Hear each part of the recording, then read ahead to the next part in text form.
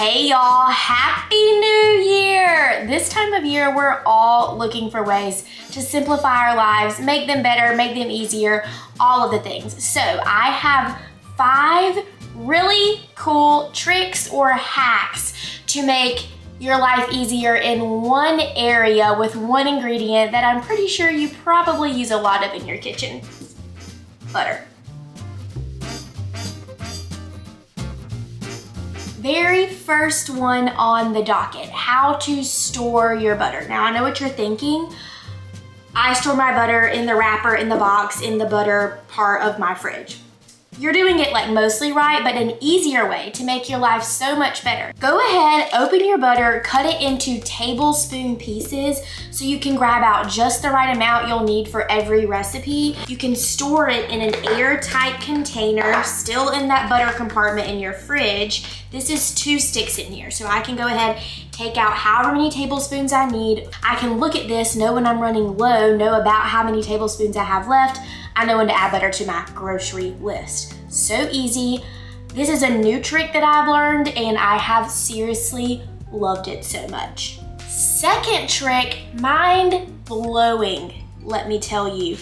I have not been doing this ever, but I learned it and I'm like, why have I not been doing this? So you know how you just cut all your butter into pieces and store it in a container? What do you do with all of the wrappers?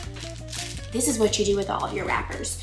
You put them in a Ziploc bag, fold it up with the buttery part inside. That way you can unwrap it and it's still really nice and greased, and you can use that to grease your baking dishes. Keep that in your fridge up where you keep your Tupperware of butter when you need to grease a pan for any recipe and you don't have your best friend Pamela. That's what you do.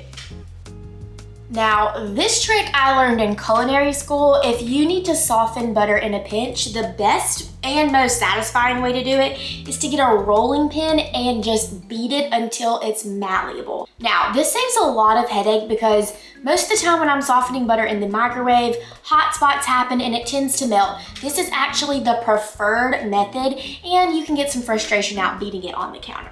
Look at it. I mean, like, it's so malleable and perfectly soft. You can put that directly into your recipe in your mixer and cream it with sugar to continue baking your cake or cookies or whatever you want to do.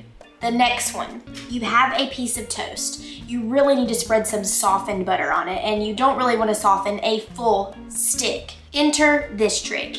Get a vegetable peeler or a Y peeler. Get your stick of butter, shave some bits off of the stick of butter, put it on your toast, and enjoy. And last but certainly not least, how to best incorporate butter into flour for pastry doughs and biscuits. Forget cutting the butter up into little chunks and using a pastry blender to cut it all in. It takes a lot of time.